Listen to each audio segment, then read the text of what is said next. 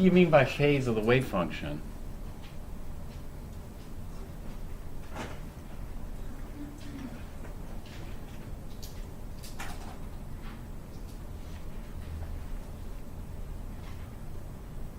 I gave an example. I don't know if you remember this. I gave an example when the square root of 4. What is the square root of 4?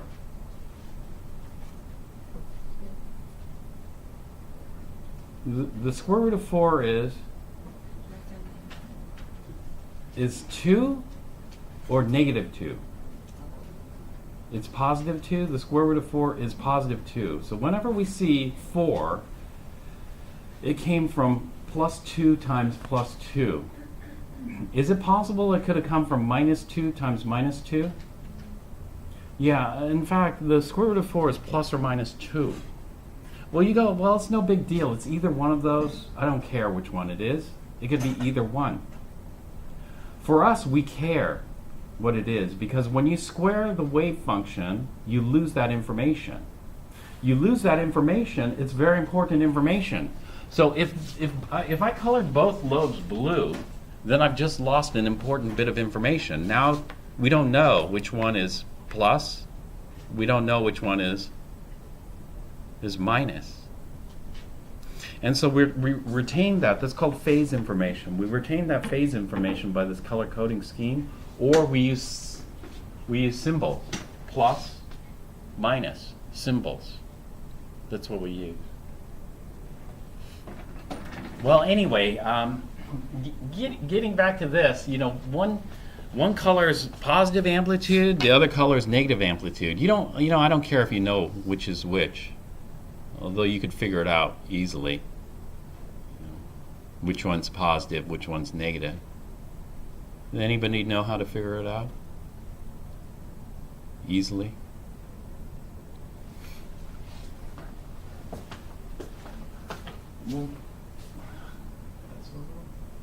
Yeah, we just look at the s orbital. Let's go with s orbital. Let me backtrack here. That's into the other chapter. Look at the s orbital here. S orbital is only positive amplitude. The one s orbital. And so how do they represent? Oh, now they use gold. Sorry. How do they represent it? They use gold here to more clearly show it. Well, I need to go back to the other PowerPoint.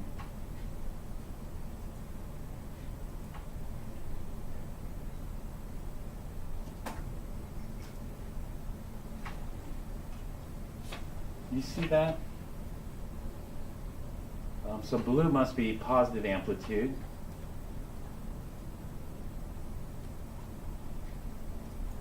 Red must be negative amplitude.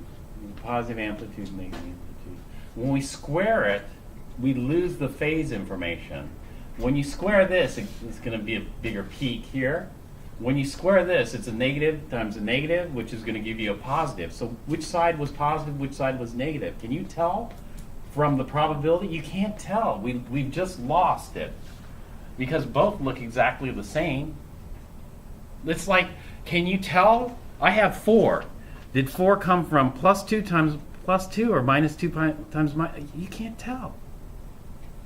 And so the same thing here. That's why we add that. We add the phase information here because we saw what happened here. You square it and then we go back and recode it in color. Does that make sense for that? And so that was a phase information. It's not hugely, I guess,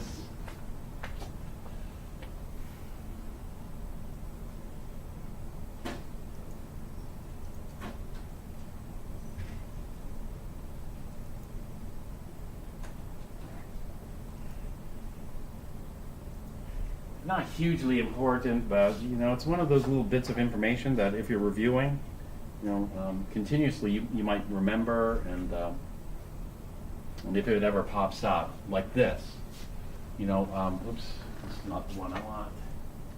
Let's start off with the simpler one first. It's like this. Then you can tell when you hybridize these why it looks like this.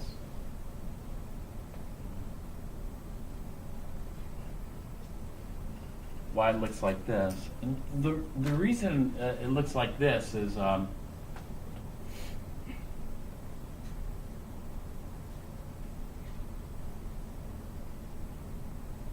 because positive and negative amplitude, do they add or do they cancel? Positive and negative amplitude. They cancel. And positive amplitude add. And so what we can see here is this, on the left, this lobe shrinks because of but this lobe grows.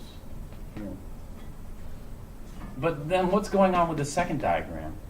What's going on with the second diagram is when we add this, we have to add it this way, and then we've got to flip it and add it this way, kind of.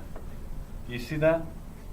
And so when we add this orbital or hybridize it, there's two ways we could hybridize it, right? One pointed with the red lobe and one pointed with the blue lobe. And so that's why we end up with these two. Now this is called the minor lobe here. This is the major lobe. We're going to completely ignore this little lobe here. And we're just going to draw this as a single lobe here rather than two lobes. And that's what's done here. Do you see the minor lobe here? No. On the left you have one orbital, this one.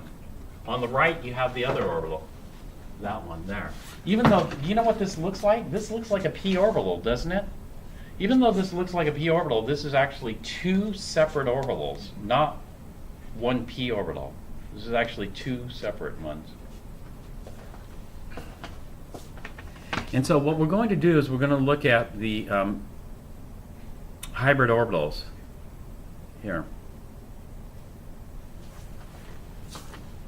And for the unhybridized orbitals, we have an energy level diagram.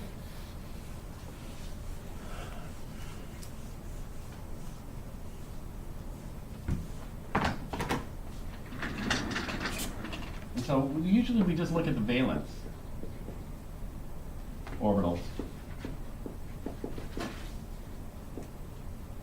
We can leave them unhybridized. For example, this would be the S and the P here. And in this case, what we're going to do is we're not going to take all three P's. We're just going to take one of the P's. Hybridize that. Hybridize. And so we'll make a blended orbital. This is going to be halfway between in terms of energy. And these new orbitals, it's 50-50 mix of S and P, so we call it an SP orbital. 50% S, 50% P. This is an SP. Or 1 part S, 1 part P. 1 part S, 1 part P. It's an SP orbital.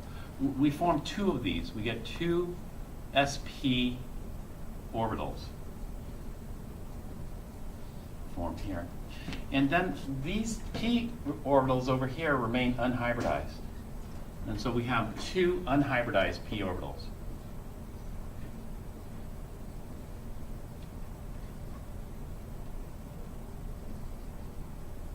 Hybridized P orbitals.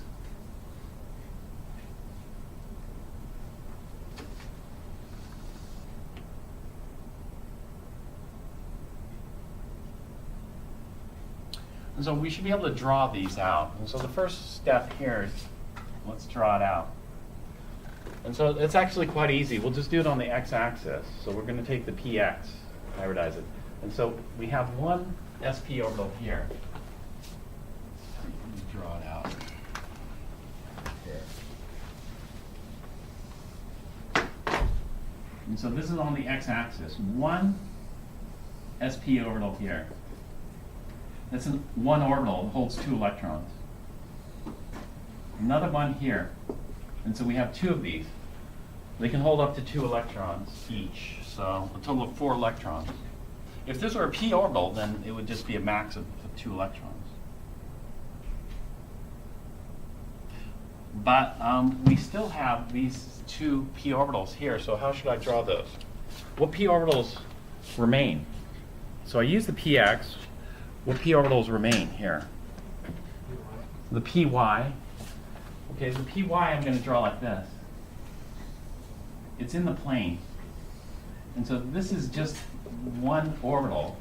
Py. Max capacity of these two lobes is only 2 electrons. That's all I can have in there.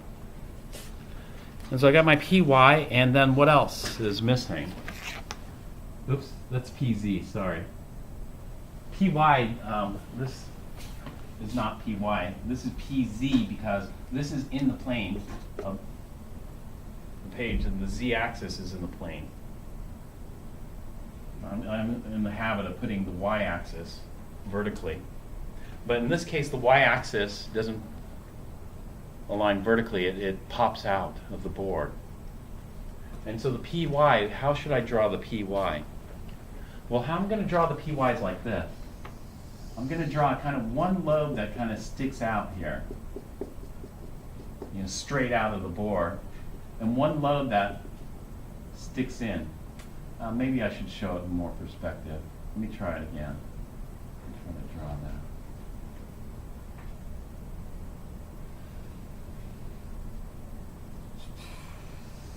So I have one lobe that sticks out and one lobe that sticks in. And this would be my Py. And so here's my Py. I'll color code this one. Here's my Pz. Have that there. And then I have the 2 sp orbitals in black.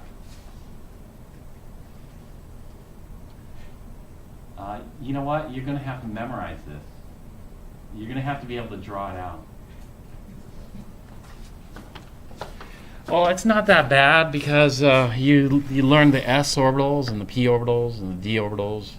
We have the sp orbitals we have to deal with. Sp orbitals and p orbitals when hybridized. Well, there's more, unfortunately. But fortunately, it's not so different.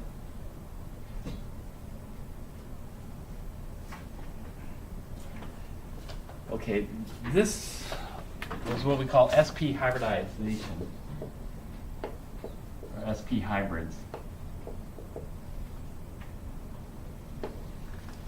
All right, the next one we're going to go to is sp2. 1 part s, 2 parts p. That's how it is.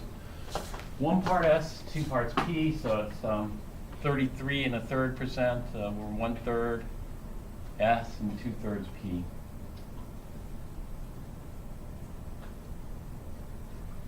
So let's go ahead and if we do 1 part s, 2 parts p, then I got an s orbital, and I'm looking at the valence orbitals again. But in this case, I'm going to take 2 of the p's and mix them. Okay.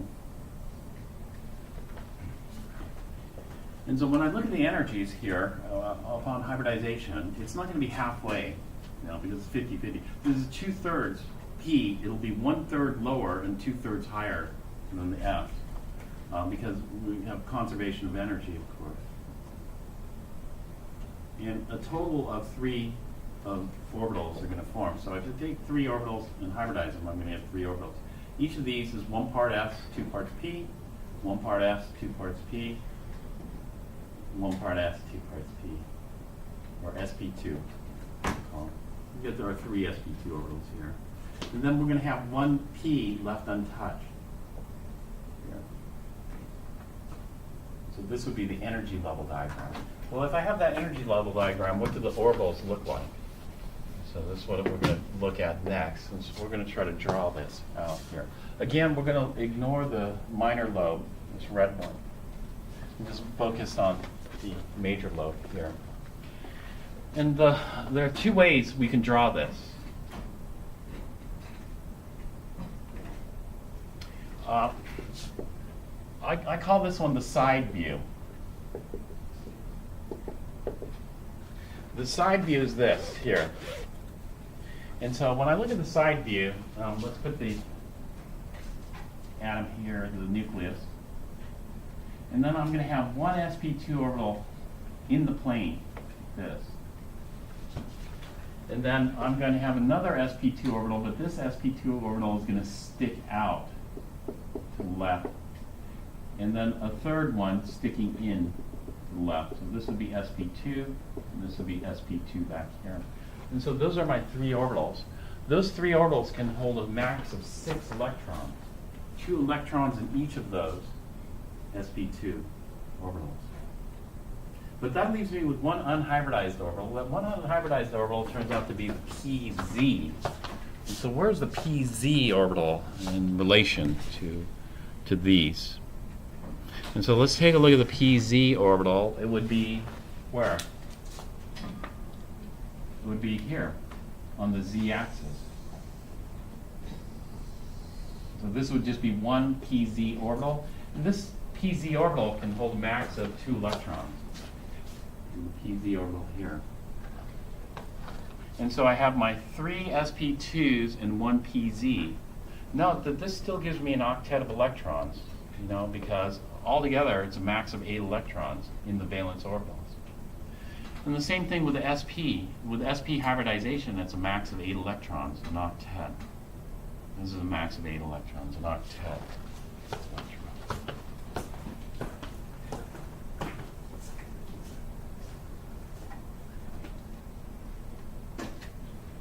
Let's continue.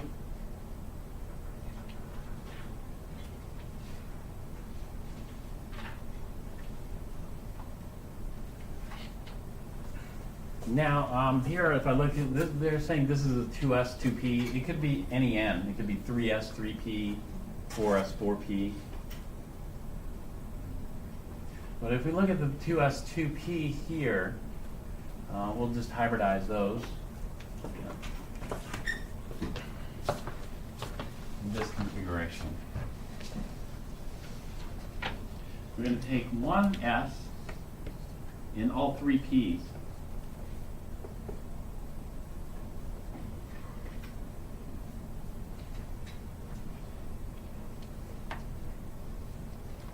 Hybridize them all together. And let's see the orbitals here would look like.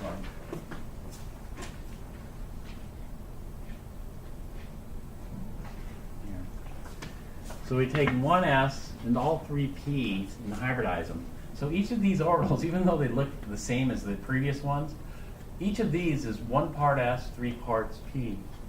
In other words, 25% s, 75% p in character. And so we end up with 4 orbitals that look the same. The only thing is their orientation is different. So we hybridize these, and we're going to get this. 1, 2. We're going to get 4 sp3 orbitals.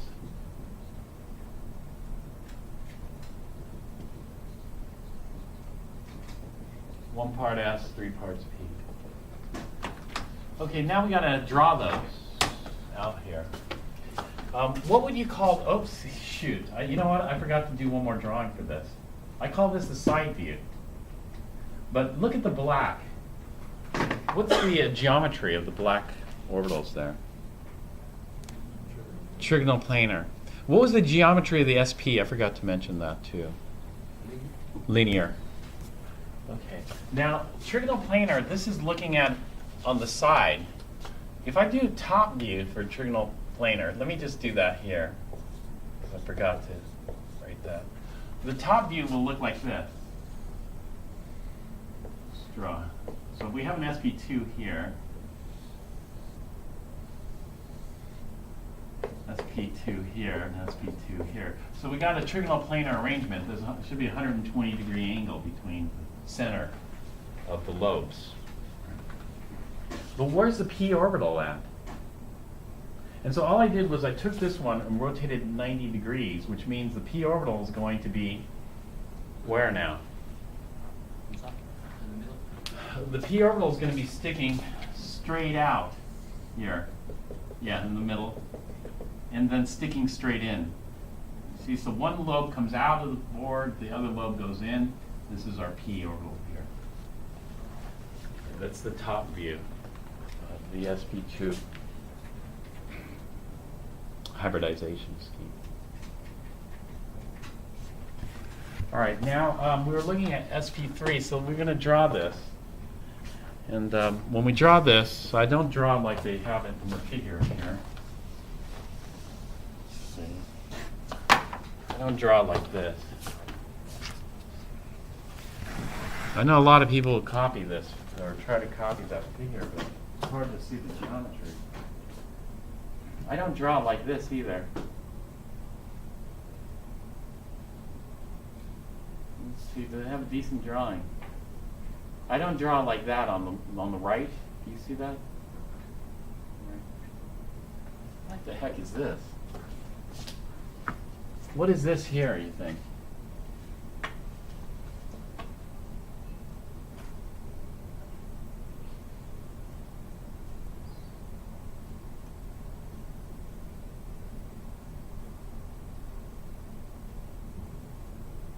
This is trying to represent the unhybridized. I wrote the s orbital much bigger. There's an s orbital stuck in the center, and the px, the py, and the pz. So these are the unhybridized orbitals.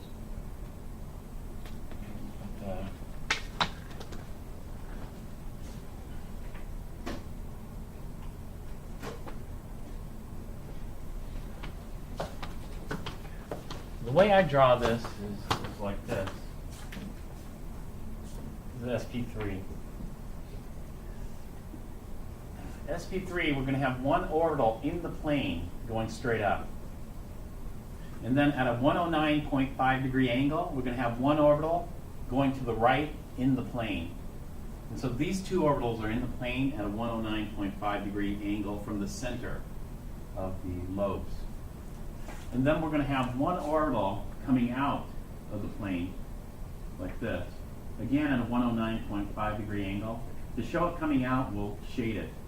And then one orbital going in, which is going to be dashed. And so that's it. And when you look at that geometry, what does that look like? The geometry of the orbitals looks to be tetrahedral, and it is. It's tetrahedral. This is a tetrahedral configuration of orbitals.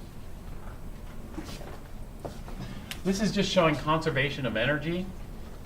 If this is 3 parts P, right, and 1 part S, then it's going to be 1/4 of the way down and 3/4 of the way up. It's 3/4 of the way to P. Does that make sense as far as the original P energies were? This is conservation of energy. So we aren't actually going to do the calculation with numbers. No numbers to put in that. I'm just going to make sure the energy is conserved. This is again conservation of energy, which we're going to ignore. Just going to eyeball it, like we did. SP is easy. SP is halfway between. So 1 part S, 1 part P, so the energy is going to be halfway between the S and the P. Okay so far?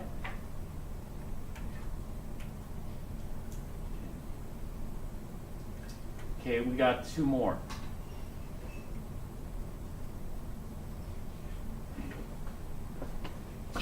We have the sp3d and we have the sp3d2.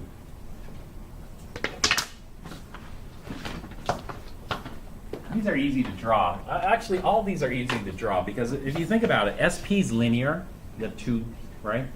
SP2 is trigonal planar arrangement of orbitals. SP3 is a tetrahedral arrangement of orbitals. The only trick is you have to remember the unhybridized, right? Where does an unhybridized fit in this trigonal planar? Because we got an octet. If we get an octet, we need all of these orbitals filled. Maybe we have less than an octet.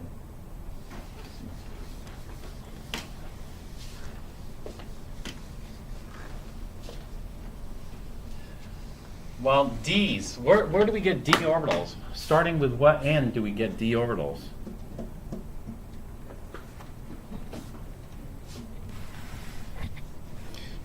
N equals 2. Are there such thing as 2 D orbitals? No. However, there are 3 D orbitals. And so if once we start in 3, n equals 3, then we'll have 3s, 3p, What comes after 3p? 4s. And then 3d.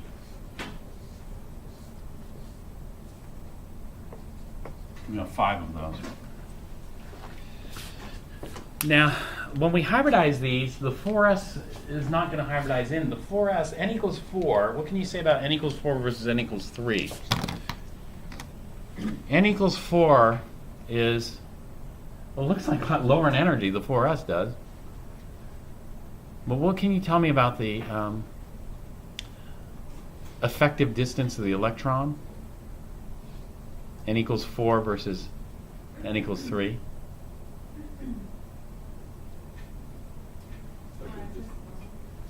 Four s is smaller, or than 3Ds. It's higher than 3D. It's higher than 3D. Higher meaning what?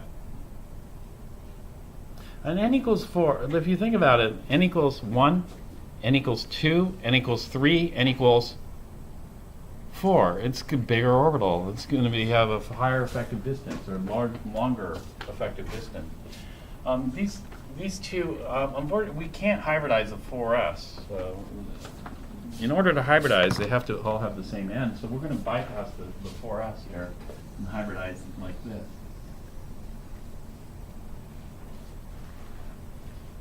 If we hybridize it like this, then what we're going to get are orbitals that are going to look like this.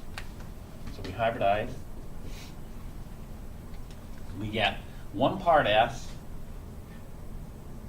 3 parts p, and 1 part d.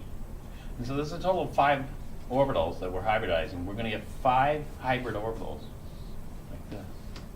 If we get 5 hybrid orbitals, each of these is going to be an sp3d. 1 part s, 3 parts p, 1 part d.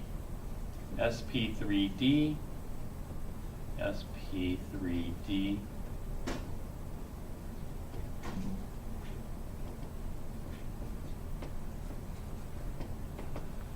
How many unhybridized d orbitals are we going to have left over?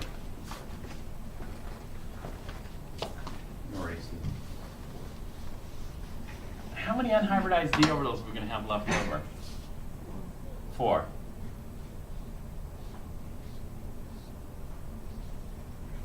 There are unhybridized d orbitals.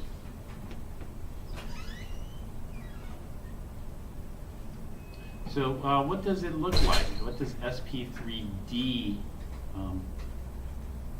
hybridization for hybrid orbitals look like? Well, this is the way we're going to draw them out. You take a look at that. This is going to be 180 from what we were drawing yesterday. Do you see that? Because we have these 3 in the plane. Yesterday we put it 180. We put there, but since Petrucci's flipping back and forth, we'll flip back and forth. We should be comfortable drawing it any way we want. There's going to be 1 sp3d straight up, and 1 straight down. Like this. These are 2 separate orbitals. And then one of them, so these 3 orbitals are in the plane of the board. And then we have 1 orbital coming out like this. And 1 orbital going in like this. Do you recognize this geometry? What's the geometry of the orbitals there?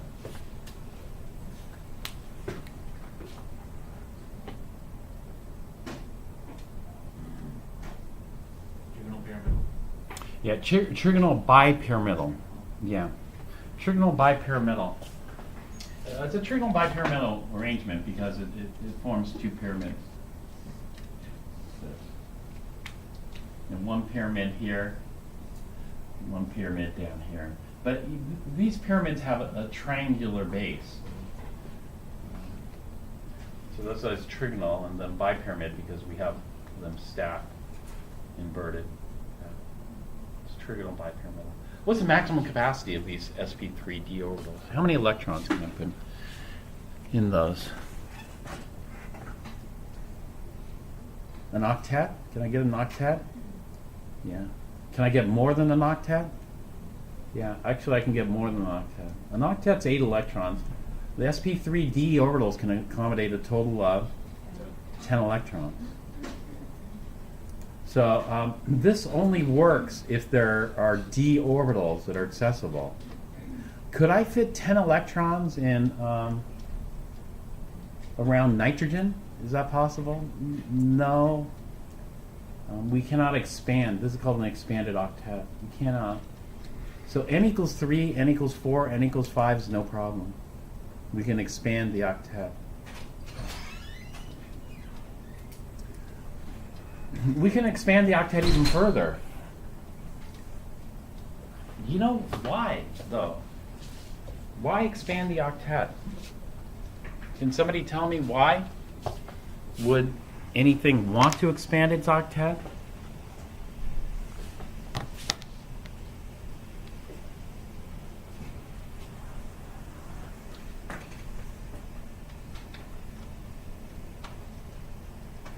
Why would anything want to expand its octet?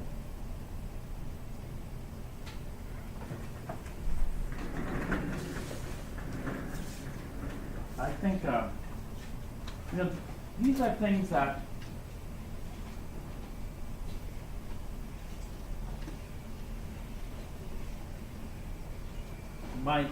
you might connect, information.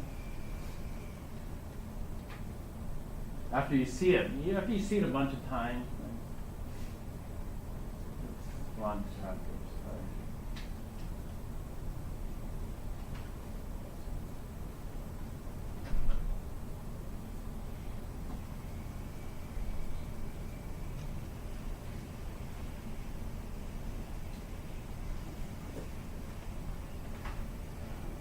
This is the reason why you would want to expand the octet.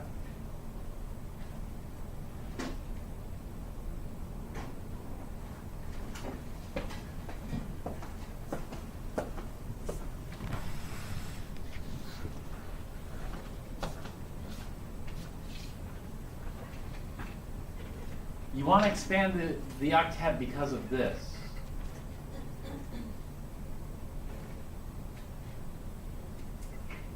So, what's the connection?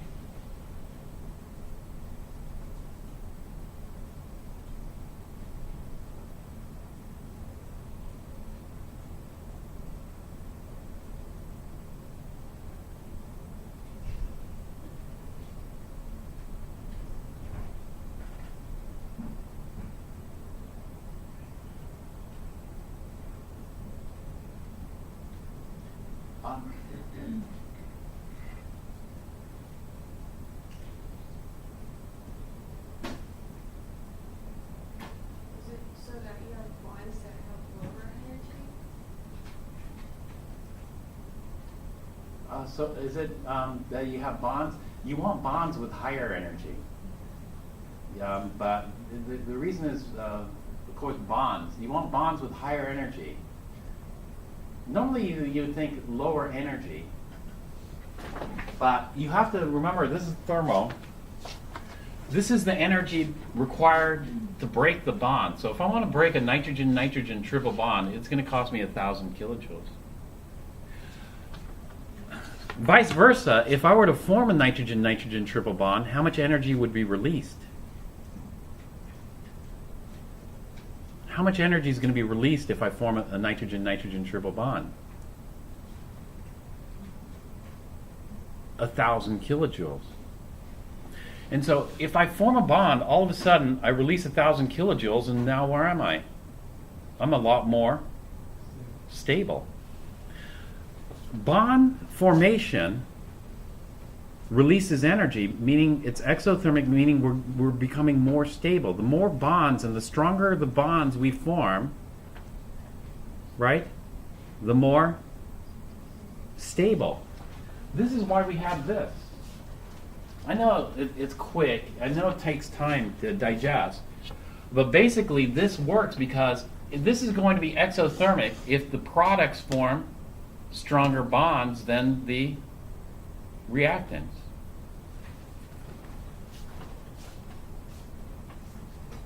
Right? It's exothermic and we have strong bonds in the product versus the reactant.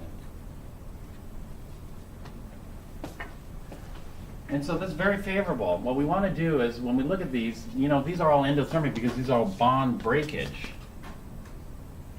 This is how much energy it takes to break the bond. But when we form the bond, it's just the opposite. This is how much energy is released when we form the bond. So the more bonds we form, the more bonds and the more stronger those bonds are, the more stable things are here. So,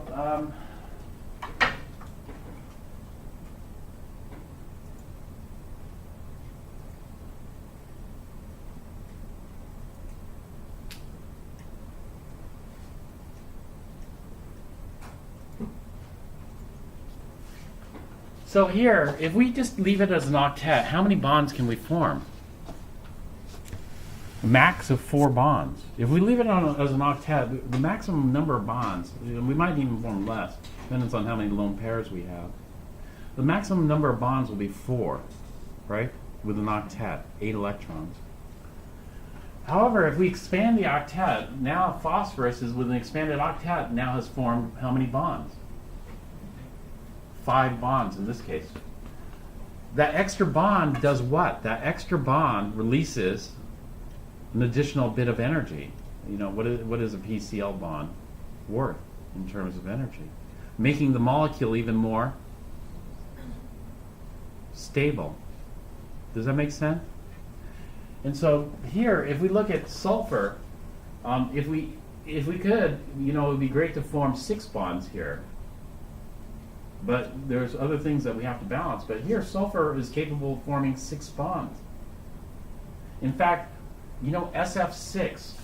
Let's see what some of the properties of SF6 are. Not to say all of these things will have these types of properties.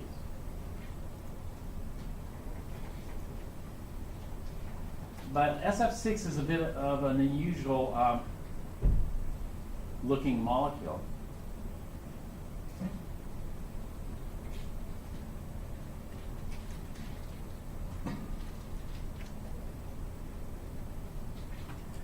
Shown here. Oops, let's try to blow this up. Let's look at some of the it's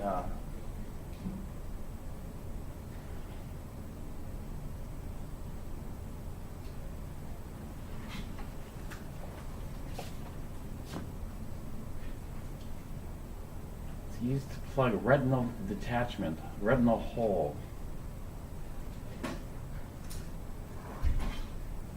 So they make a little bubble. It is inert in the vitreous chamber of medical use.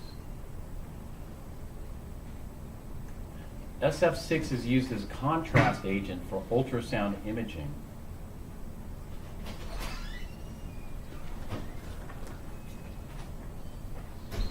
SF6 is used as a tracing agent.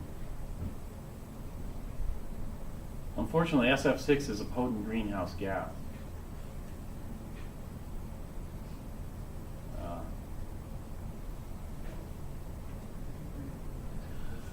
Basically, although it doesn't say this easily here, SF6, one of the chemical properties of SF6 is it's very unreactive.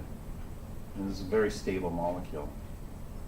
And it doesn't really say that here, but that's what it is. And so it's quite stable.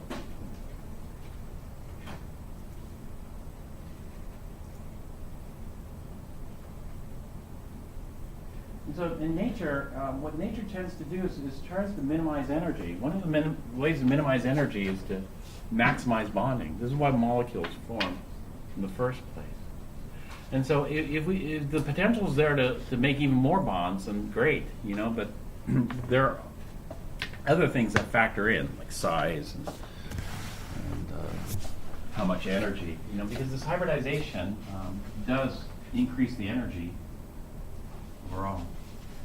And so sp3d orbitals are going to be net higher in energy than s and p orbitals.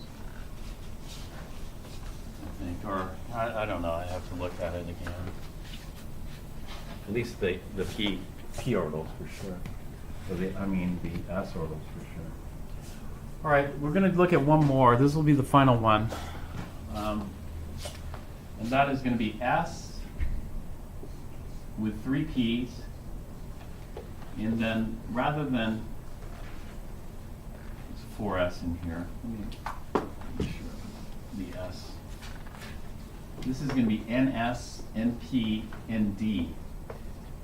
And then there's going to be what we'll call n plus 1s here. The n plus 1s doesn't hybridize, but the nd does. It has to be the same n. And so what we're going to do is we'll take these and now 2 of the d's, and we're going to end up with 6 orbitals. These 6 orbitals are going to be, each sp3d2. 1 part s, 3 parts p, 2 parts d. sp3d2, sp3d2. I'm going to label each of these.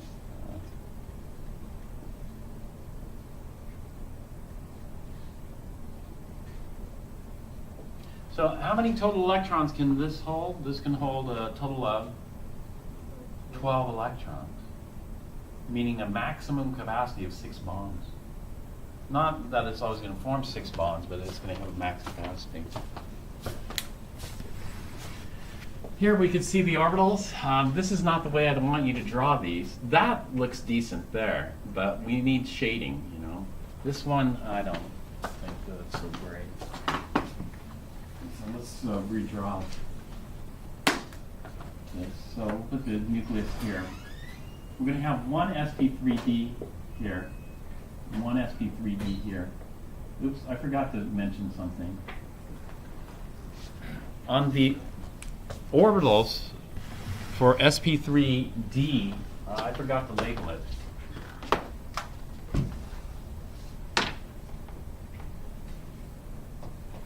sp3d, this is axial. This is sp3d axial. And then we had sp3d equatorial.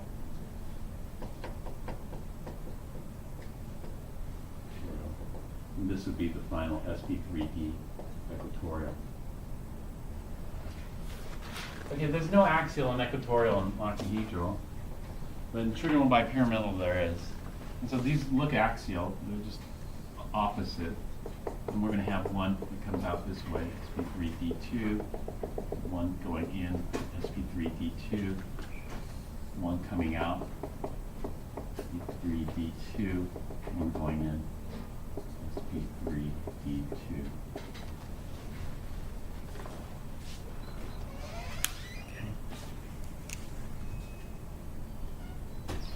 And that's shown here. All right, so these are all the orbitals that you have to learn, except, you know, there are unhybridized d orbitals. The unhybridized d orbitals is going to get too complicated to draw those in, but you have to realize that they're unhybridized d orbitals that potentially could do something. And so we're just going to leave this as is right now, and then we're going to learn how to use it next. So we'll